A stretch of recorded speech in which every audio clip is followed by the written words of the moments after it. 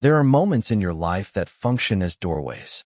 Before you step through, you are one person, living in a familiar room with walls you understand and furniture arranged in a predictable pattern.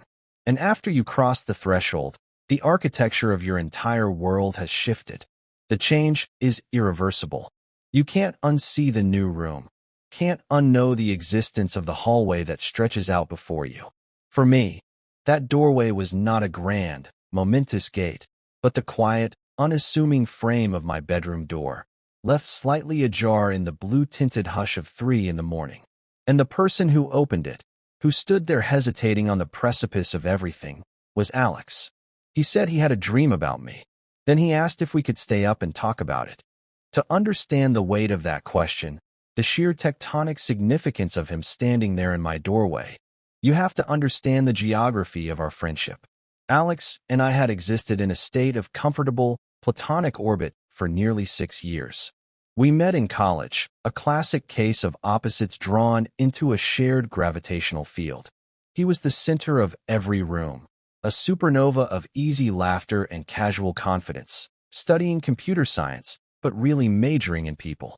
He collected friends the way some people collect stamps, effortlessly and with genuine affection. I, on the other hand, was a satellite body, a student of light and shadow. My world was framed by the viewfinder of a camera, my language spoken in f-stops and shutter speeds. I studied photography, which was really just a formal way of saying I studied the art of watching without being seen. Our meeting was an accident of university housing.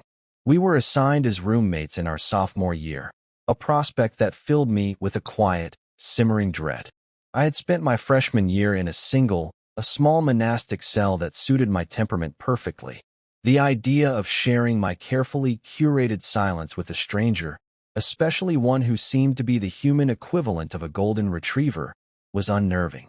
The first day, he burst into the room with 2 duffel bags, a soccer ball tucked under one arm, and a smile that seemed to generate its own light source. He dropped his bags, looked at my camera equipment spread meticulously on my desk, and his smile widened.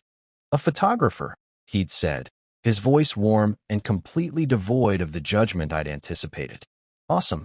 My mom always said I have a great side." I remember just staring at him, unsure of how to respond to such unadulterated, uncomplicated friendliness. I think I managed a weak nod. That first year was a study in contrasts. His side of the room was a controlled chaos of jerseys, textbooks left open to random pages, and a rotating collection of coffee mugs. My side was a landscape of blacks and grays, my cameras lined up like disciplined soldiers, my prints pinned to a corkboard in a precise grid. He would come in late, smelling of grass and sweat from soccer practice, and I would be up in the pre-dawn hours, chasing the morning light. He filled our room with the sound of his friends laughing, the low thrum of a video game, the upbeat rhythm of his favorite indie bands. I filled it with the scent of darkroom chemicals, the soft click of a camera shutter, and the profound, bottomless silence of my own concentration. It should have been a disaster. It should have been a semester of passive-aggressive notes and headphones used as weapons. But it wasn't. The bridge between our 2 worlds was built on a foundation of mutual respect for the other's passion. He never once complained about the acrid smell of fixer wafting from my corner of the room, and I never asked him to turn down his music. He would ask to see my photos, his gaze serious and thoughtful as he studied the stark black and white landscapes I favored. He'd point to a particular image, a shot of a lone tree against a winter sky, and say something surprisingly insightful, like, "It feels lonely but strong." Like it's waiting for something. He saw the emotion I was trying to capture, the story hidden in the grain. And in turn, I found myself drawn to the fluid, unthinking grace of his movements on the soccer field. I started bringing my camera to his games, not as an assignment, but for myself. I learned to anticipate the exact moment his foot would connect with the ball, the explosive burst of energy, the fierce concentration in his eyes that was so different from his usual easygoing demeanor. He was a different kind of art, a kinetic sculpture of muscle and will, and I became obsessed with capturing it. It was during one of those late-night editing sessions, sifting through hundreds of frames of him, that I had to finally admit the truth to myself. The truth had been developing slowly, like a photograph submerged in a chemical bath, the image gradually emerging from the ether, faint at first, then undeniable. It wasn't just artistic appreciation. It wasn't just friendship. The way my stomach tightened when he'd walk out of the shower, a towel slung low on his hips, his hair dripping onto his shoulders. The way I would find myself watching the curve of his lips when he laughed at something on his phone. The profound, aching tenderness I felt when I'd find him asleep over a textbook, his face softened and vulnerable in the glow of his desk lamp. It was a love so quiet and deep it felt like it had always been a part of my own internal architecture, a hidden room I had only just discovered within myself. Of course, I said nothing. I was a student of observation, not participation. I built walls around that feeling, soundproofed and reinforced. Alex had a girlfriend, then another one. They were all bright, bubbly women who matched his energy, who could keep up with his social whirlwind. I was the quiet friend, the constant, the one he came to for movie nights when he needed a break from the noise, the one who would listen patiently as he talked through a problem with his code or a disagreement with his coach. Our friendship was a delicate ecosystem, and my feelings were an invasive species I had to keep ruthlessly contained. To confess would be to risk a catastrophic collapse, to poison the one place I felt truly, unconditionally seen. So I packed my feelings away, stored them in a light-proof box in the darkroom of my heart, and focused my lens on everything else. We graduated, moved into separate apartments in the same city, and our friendship settled into a comfortable, established rhythm. He was the one constant in my life, the northern star in my sky, and I assumed, the same for him. A safe harbor, a brother, nothing more. The shift began on a Tuesday in October. It was raining, a miserable, persistent drizzle that blurred the city lights into watercolor streaks on my apartment window. My phone rang just after 10. It was Alex. His voice was hollow, a distant echo of its usual warmth. "Hey," he said, and the single word was so freighted with misery that my own chest constricted in sympathetic pain. Can I come over?" He didn't need to explain. I knew. His relationship with Sarah, a 2-year affair that had seemed destined for marriage, had been crumbling for months. I'd seen the cracks forming, the way his smiles didn't quite reach his eyes when he talked about their future plans. "My door's unlocked," I said, my own voice softer than I intended. That was all it took. He arrived 20 minutes later, looking like a ship wrecked by a storm. His hair was plastered to his forehead, his jacket was soaked through, but it was his eyes that gutted me. They were red-rimmed and vacant, the vibrant light in them extinguished. He didn't say a word, just walked into my living room and collapsed onto the sofa, burying his face in his hands. I didn't press him.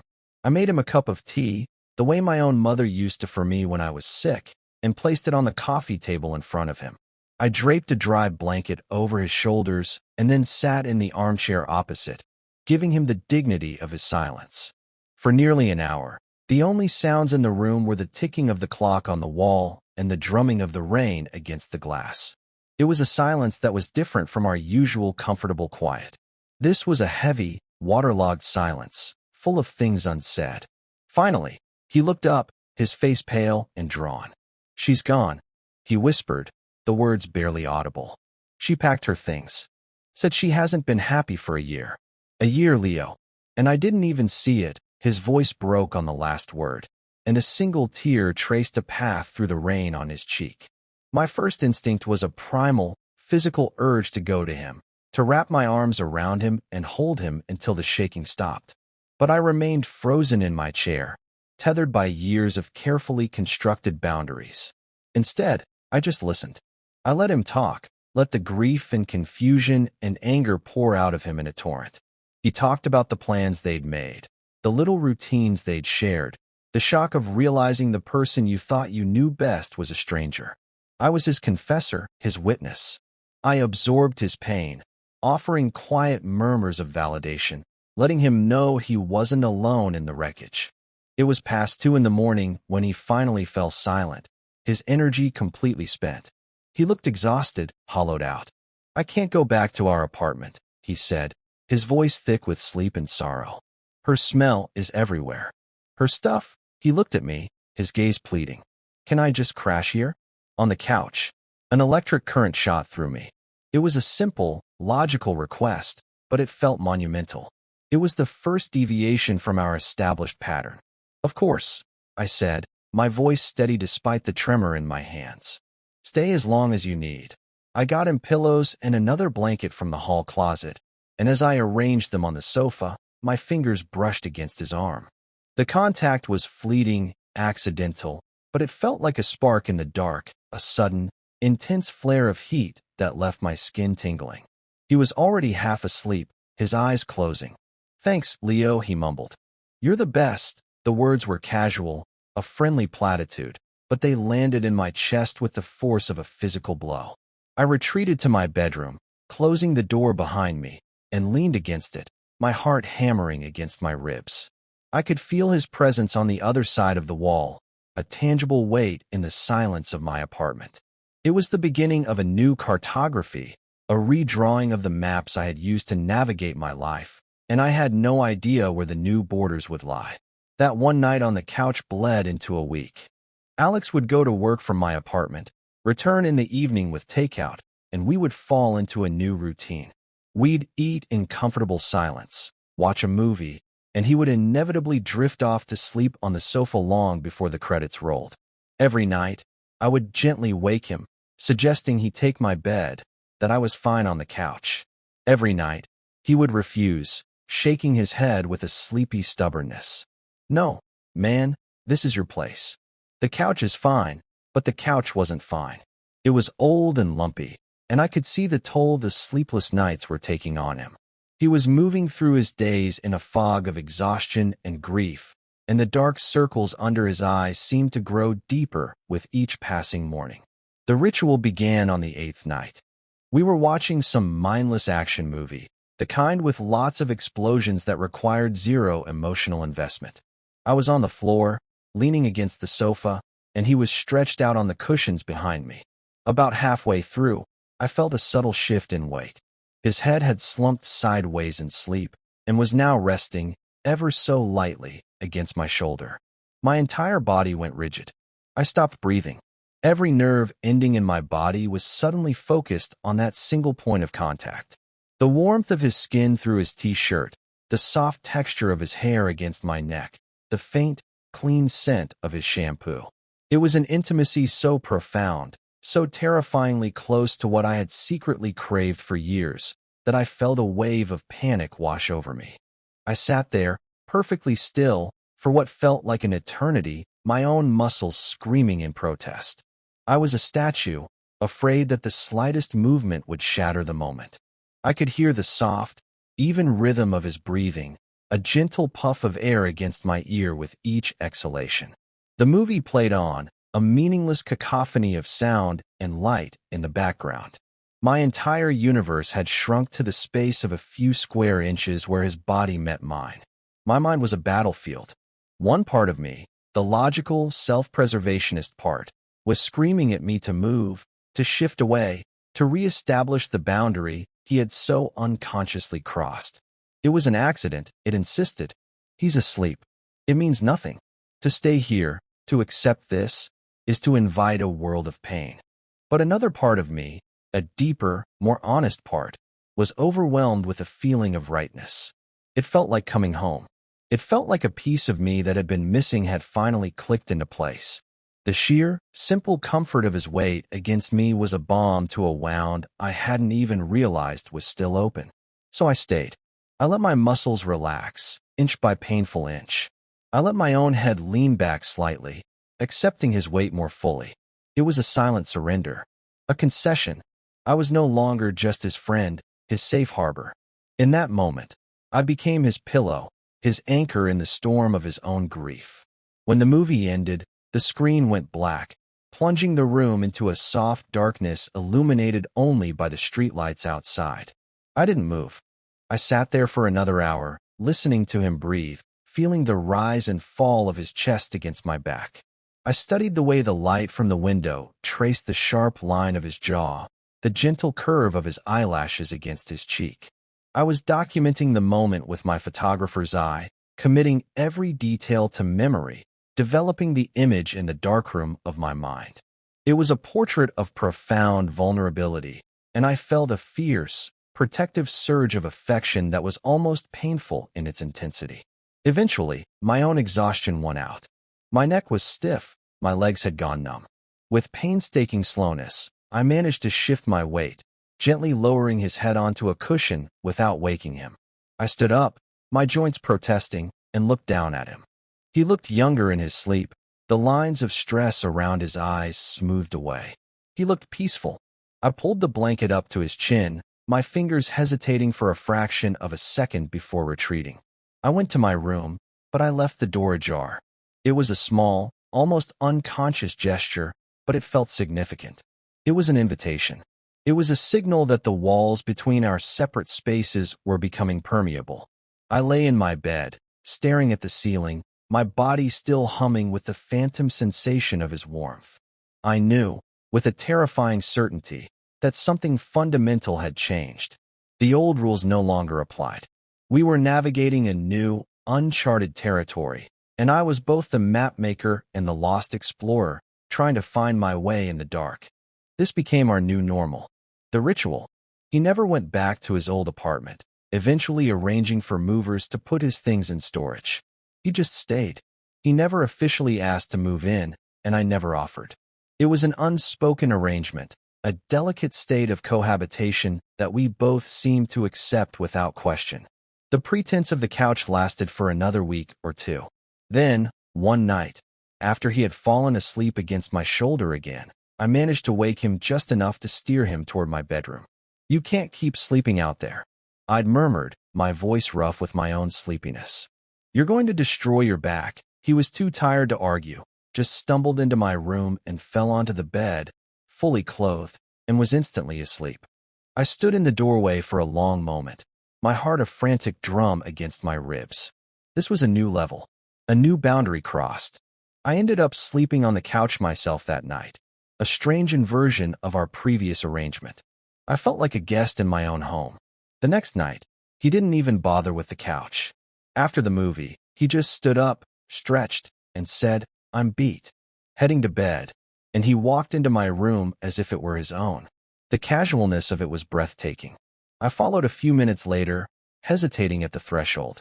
He was already under the covers, on the side of the bed closest to the wall, leaving a wide, empty space for me. He had even left the bedside lamp on. It was a silent, unambiguous invitation. My mind raced, trying to process the implications. This wasn't an accident. This wasn't him being too tired to think. This was a choice. My bed was a queen, not a king. Sharing it would mean proximity. It would mean an intimacy that would be impossible to ignore. I walked into the room, my movements slow and deliberate, feeling as though I were wading through water. I switched off the lamp, plunging us into darkness. I could hear him shift under the covers, the sound of fabric rustling in the quiet. I slid into the bed, keeping as much distance between us as possible, my body rigid and pressed against the very edge of the mattress. My back was to him. I lay there, staring into the darkness, my senses on high alert. I could feel the heat radiating from his body across the small gulf that separated us. I could smell the faint, familiar scent of his soap on the pillows. I could hear the almost imperceptible sound of his breathing. It was agonizing. Every instinct screamed at me to turn over, to close the distance, to finally seek the comfort I had so freely given him. But the fear of misinterpretation, of shattering this fragile, beautiful, terrifying new reality, kept me paralyzed. "Leo." His voice was a soft whisper in the dark, making me jump. "You awake?" "Yeah," I whispered back, my own voice tight. There was a long pause. I could feel him debating his next words. "Is this okay?" he asked, and the vulnerability in his tone was a physical thing, a tangible presence in the space between us. Me being in here, the question hung in the air. He was giving me an out. He was acknowledging the strangeness of it, the breach of protocol. I could have said no. I could have made an excuse, sent him back to the couch, and rebuilt the walls right then and there. It would have been the safe thing to do, the smart thing. But the truth was, having him here, in my bed, even with this chasm of nervous energy between us, felt more right than anything had in a very long time. It felt like the end of a long, solitary journey. "It's okay, Alex," I said, the words coming out softer than I expected. "It's fine." I heard him let out a slow breath, a sound of release. "Okay," he said, just as softly. "Good." Another silence fell, but this one was different. It was less tense, more settled. The question had been asked and answered. Permission had been granted. A few minutes later, I felt the mattress shift. He had turned over, his back now facing me. And then, I felt a tentative pressure against my own back. He had moved closer, just enough so that our bodies were aligned. A light, continuous line of contact from our shoulders down to our legs. It wasn't a sexual touch. It was something else entirely.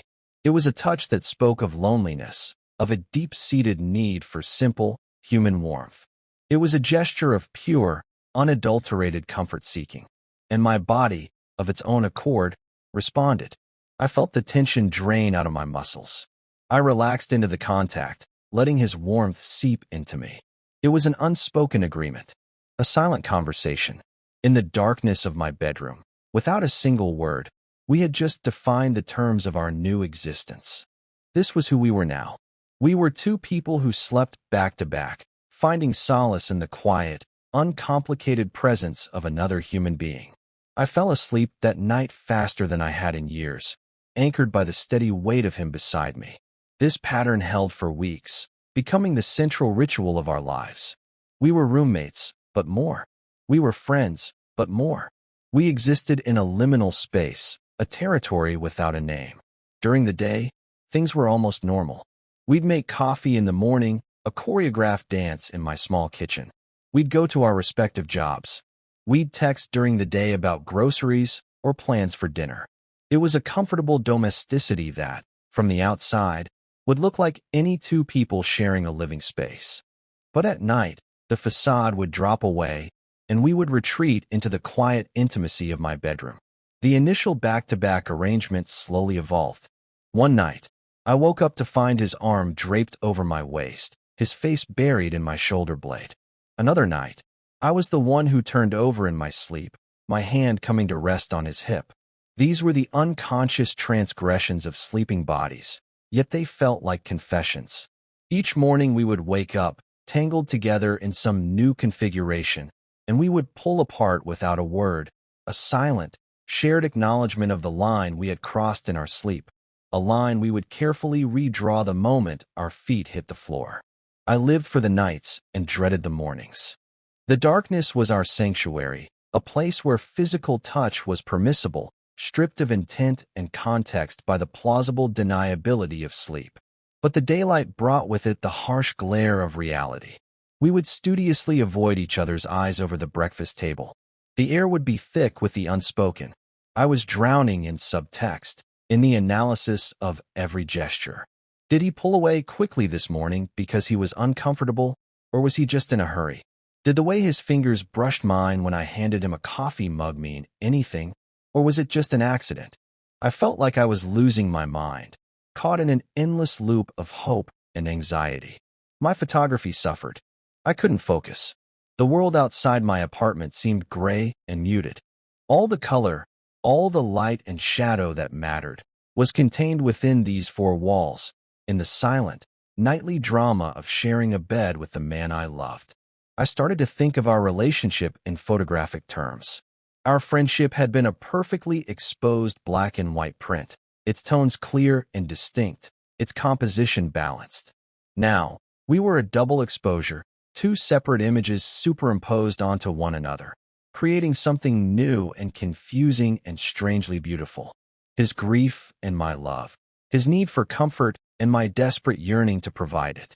The lines were blurred, the edges indistinct. I didn't know where he ended and I began. And I was terrified that any attempt to bring the image into sharper focus, to define what we were, would reveal that the composition was fundamentally flawed, that the entire print was a mistake, destined to be discarded in the developer tray.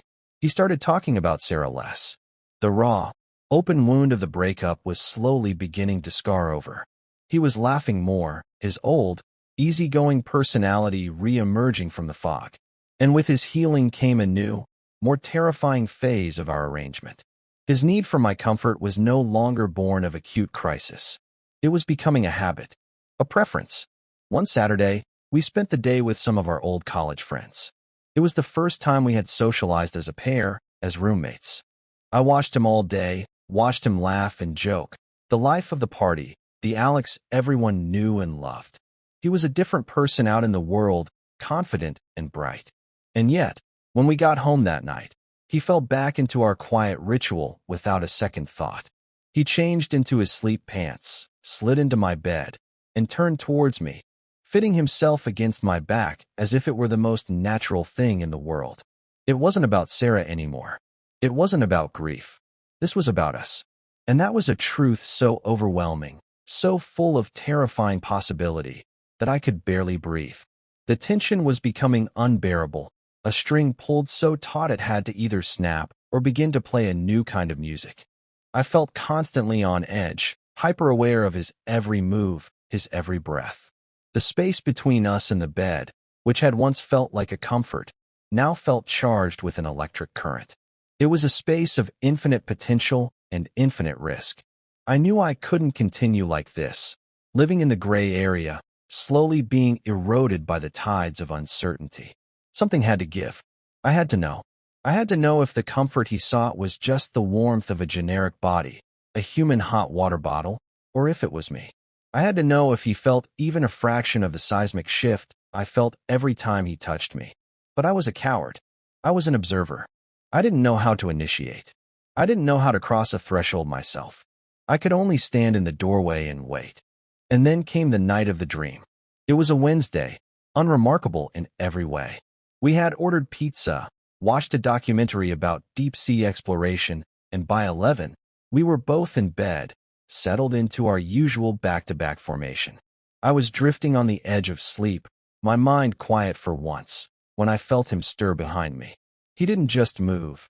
He jolted, a sudden, sharp intake of breath. I felt a tremor run through his entire body. He was shaking. "Alex," I whispered into the darkness, my own sleepiness vanishing in a rush of concern. "You okay?" He didn't answer for a long moment. I could feel the rapid, frantic beat of his heart against my back. He was breathing quickly, his breath shallow and uneven.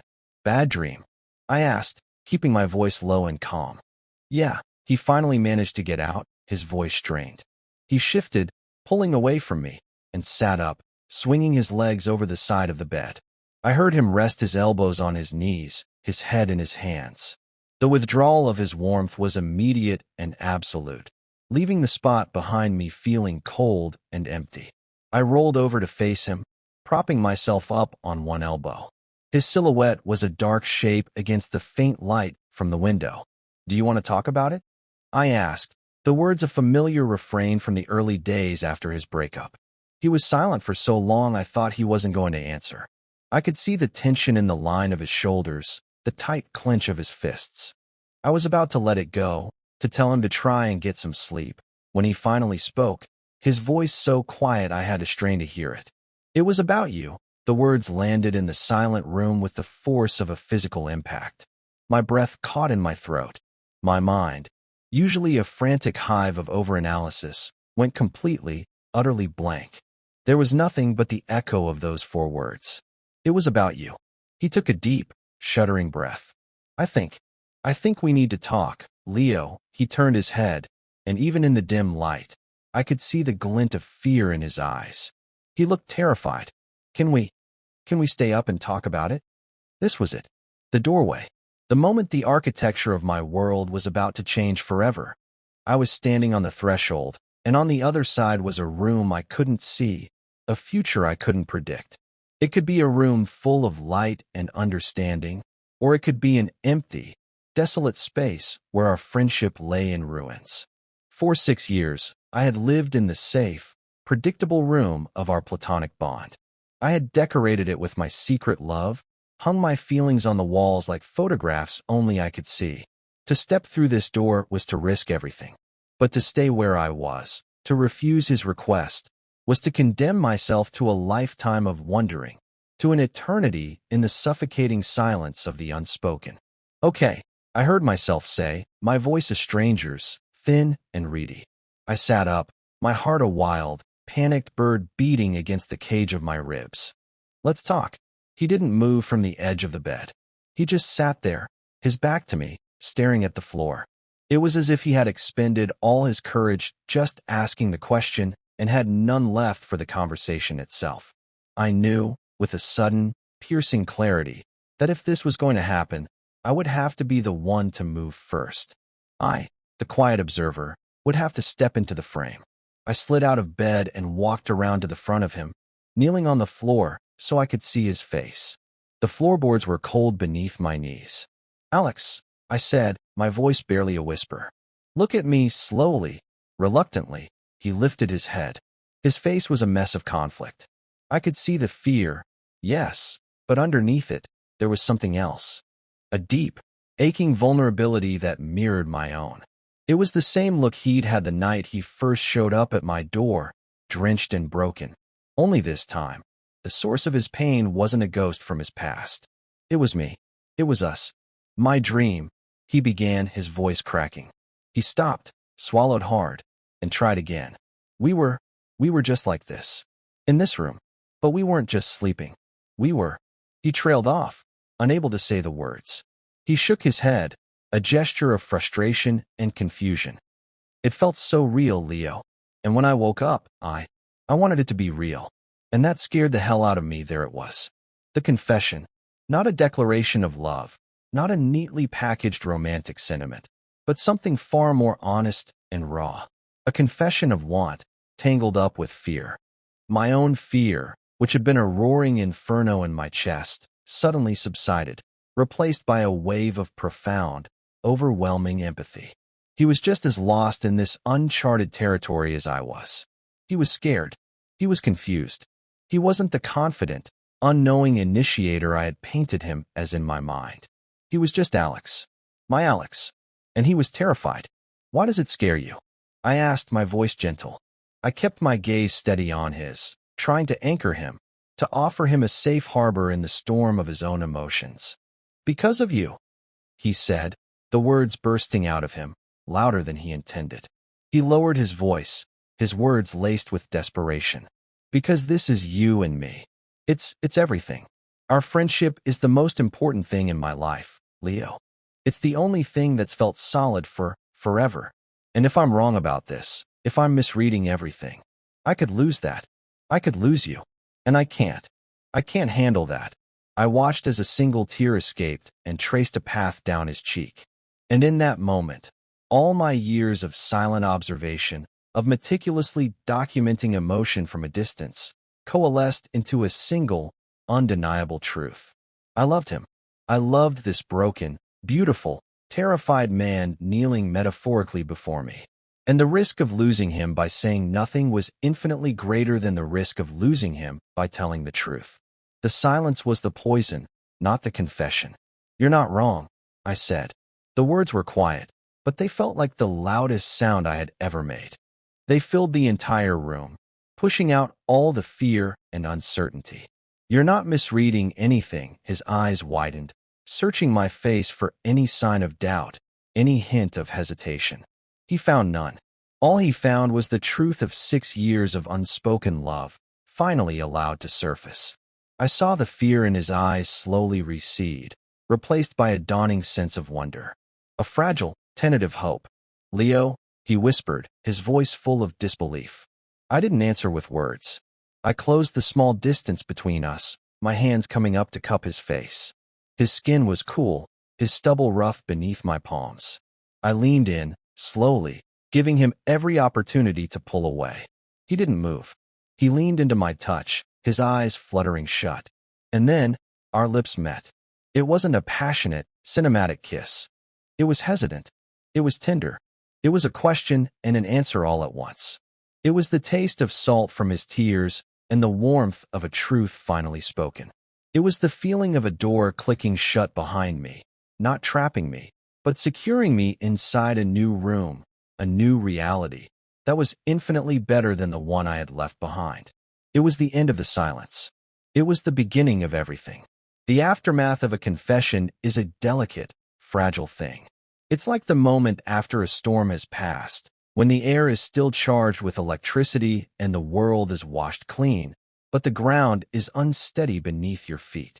The kiss had shattered the old reality, but the new one had not yet solidified. We pulled apart, and the silence that fell between us was different from all the silences that had come before. It wasn't a silence of things unsaid, but of things finally, irrevocably said. It was a space for breathing, for recalibrating. Alex opened his eyes, and the look he gave me was one of pure, unadulterated awe, as if he were seeing me for the first time. But the morning brought with it the harsh light of anxiety. I woke up first, a habit ingrained from years of chasing the dawn. For a moment, I had forgotten.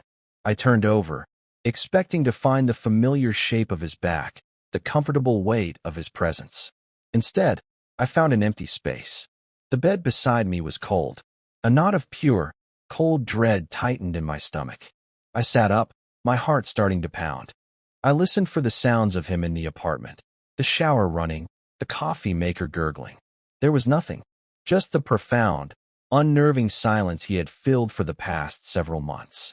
I got out of bed and walked into the living room. It was empty.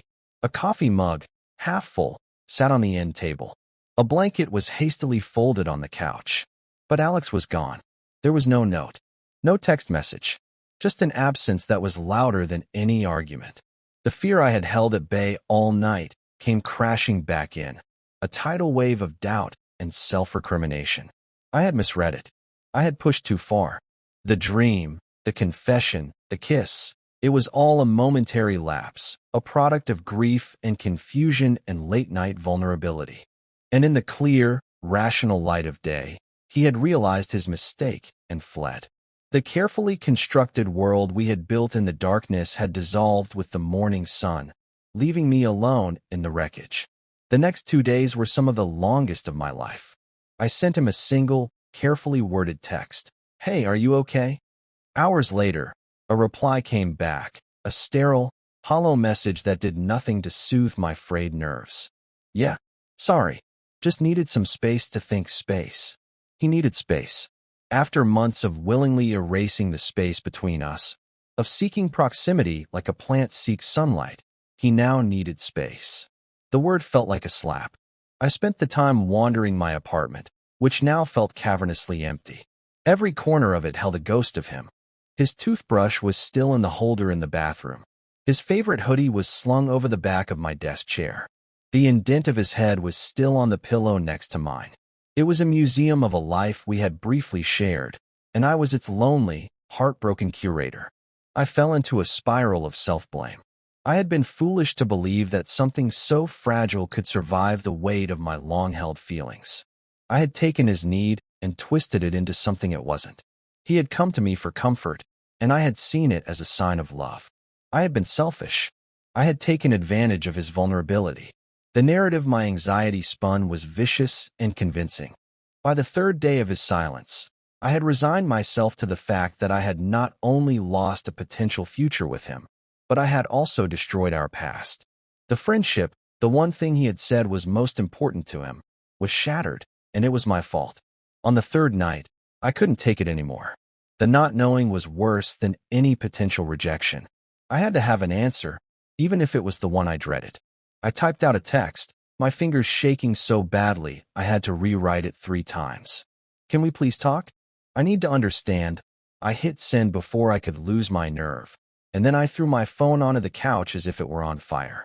I paced the length of my apartment, my stomach churning. Every minute that passed without a reply felt like a year. I was composing a dozen different scenarios in my head, each one more painful than the last. Finally, my phone buzzed. I snatched it up. The message was just 2 words. "I'm outside." My heart leaped into my throat. I ran to the door and pulled it open. He was standing there, in the dim light of the hallway, looking just as wrecked as he had the night he'd first shown up after his breakup. He wouldn't meet my eyes. He just stood there, his hands shoved deep into his pockets, his shoulders slumped in a posture of defeat. "Can I come in?" he asked, his voice low and rough.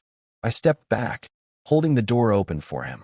He walked past me into the living room, the same way he had 100 times before, but this time he felt like a stranger. The easy familiarity was gone, replaced by a tense, formal awkwardness.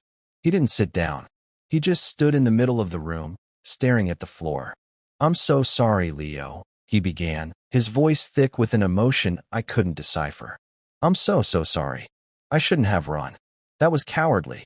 You deserve better than that. I just need to know what you're thinking, Alex," I said, my own voice trembling slightly. "Just be honest with me. If it was a mistake, just tell me. I can take it. I need to know." He finally looked at me, and his eyes were swimming with a pain that mirrored my own. "It wasn't a mistake," he said, and the words were a gut punch of relief, so potent it almost buckled my knees. "That's what's been messing me up. The kiss, it wasn't a mistake. It felt right. More right than anything has ever felt. And that's the problem." I just stared at him, confused. "How is that a problem?" "Because I don't know who I am anymore," he burst out, his voice raw with frustration. He started pacing, running a hand through his hair. "For my entire life, I've been this guy. The guy who plays soccer, who dates girls, who has his life planned out. And then Sarah left, and my whole world fell apart. And I came here. And you put me back together, Leo. You were the only thing that made sense. And I started to need you. Not just as a friend. I needed to be near you. I needed to feel you next to me when I was sleeping. I told myself it was just about comfort. I told myself it was because I was lonely and grieving. It was easier than admitting the truth." He stopped pacing and turned to face me, his expression desperate. "The truth is, my feelings for you didn't just appear a few months ago. They've been there for years, buried under all this stuff. This idea of who I was supposed to be. And being here with you, it stripped all of that away. And what was left was this. Us. And it terrifies me. Because I don't know how to do this. I don't know how to be this person. I'm afraid I'm going to break it.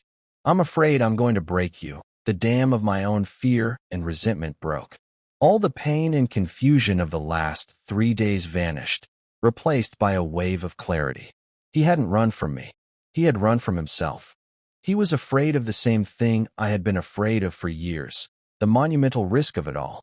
But he had been brave enough to feel it, and I had been brave enough to finally see it.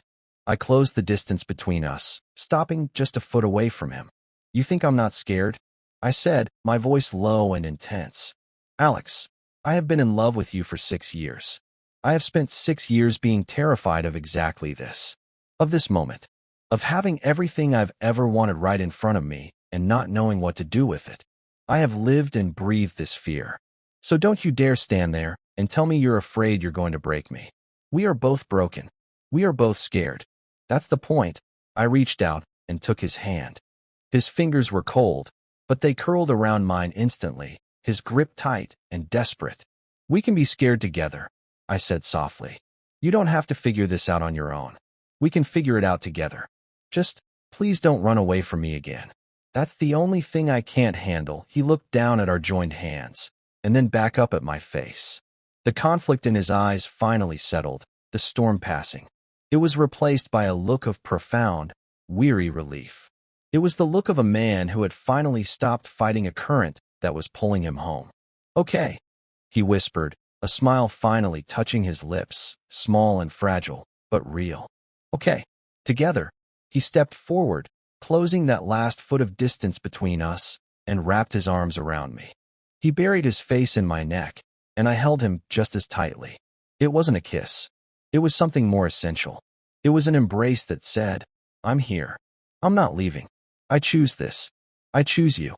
We stood there in the middle of my living room for a long time, just holding each other, two separate, broken pieces finally fitting together to make something whole. The silence returned, but this time, it was a silence of peace, of acceptance. It was the quiet, steady sound of a new foundation settling. The days that followed were a gentle unfolding. The awkwardness of the morning after the first kiss was replaced by a tentative, quiet intimacy. There were no grand declarations, no sudden shifts in personality. It was a change that happened in the small moments. The first time he kissed me good morning, a soft, sleepy press of his lips to my forehead before he got up to make coffee.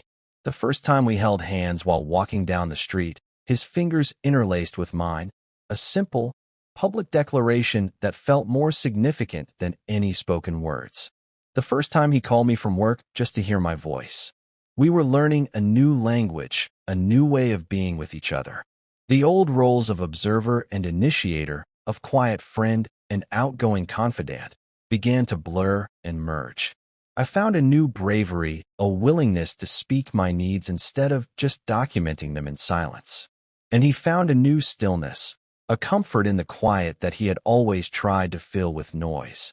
He started to look at my photographs with a new understanding, seeing not just the composition, but the piece of my soul I had put into them. And I started to see his work not as a jumble of incomprehensible code, but as a form of architecture, a way of building logical, elegant structures in a world of chaos. We were discovering the hidden rooms within each other. The bed was no longer a space of ambiguity and unspoken tension. It became our sanctuary, our truest home. The back-to-back sleeping arrangement was gone, replaced by a nightly ritual of curling into each other, my head on his chest, his arm around my waist, our legs tangled together. We would talk for hours in the dark, sharing stories from our childhoods, fears about the future, the small, mundane details of our days. The darkness was no longer a place to hide, but a place to be seen, truly and completely. It was in the hushed intimacy of those nights that we built the foundation of our new life, brick by brick, honest word by honest word. One Saturday morning, a few months later, I woke to the smell of coffee and the sound of him moving around the apartment. I lay in bed, watching the morning light filter through the blinds, casting stripes across the rumpled sheets. The space beside me was warm. I felt a sense of peace so profound it was almost overwhelming. It was a quiet, steady feeling, like the low hum of a perfectly tuned instrument. The frantic anxiety that had been my constant companion for so long was gone, replaced by this simple, solid certainty. I got up and walked into the kitchen. He was standing at the counter, stirring something in a bowl. He was wearing my favorite old t-shirt and a pair of gray sweatpants, his hair a mess from sleep. He looked up when I came in and gave me that smile, the same brilliant, light-generating smile he'd had the first day we met, but this time, it was just for me. It was a smile that said, "You are home." "Morning," he said, his voice warm and easy. "I'm making pancakes." I walked up behind him and wrapped my arms around his waist, resting my chin on his shoulder. He leaned back into me, his body fitting against mine as if it were made to be there. I closed my eyes, breathing in the scent of him, of coffee, of the life we were building together in this small, sunlit kitchen. "I love you," I said, the words coming out without thought, without fear. They were just a fact, as simple and true as the morning light. He stopped stirring and turned his head, kissing me softly on the cheek. "I love you too," he said, his voice quiet, full of a certainty that matched my own. And in the end, that's all it came down to. We build our lives inside rooms, both real and metaphorical. We arrange the furniture, we learn the walls, we get used to the view from the window. We become so accustomed to the shape of our own loneliness that we can forget other floor plans are possible.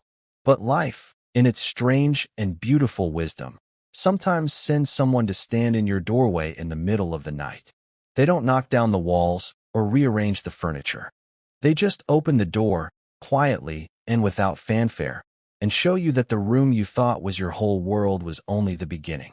They show you the hallway that leads to everywhere else. And you learn, together, to step across the threshold, to walk into the light, and to build a new room, a shared space, where you can finally, truly, be home.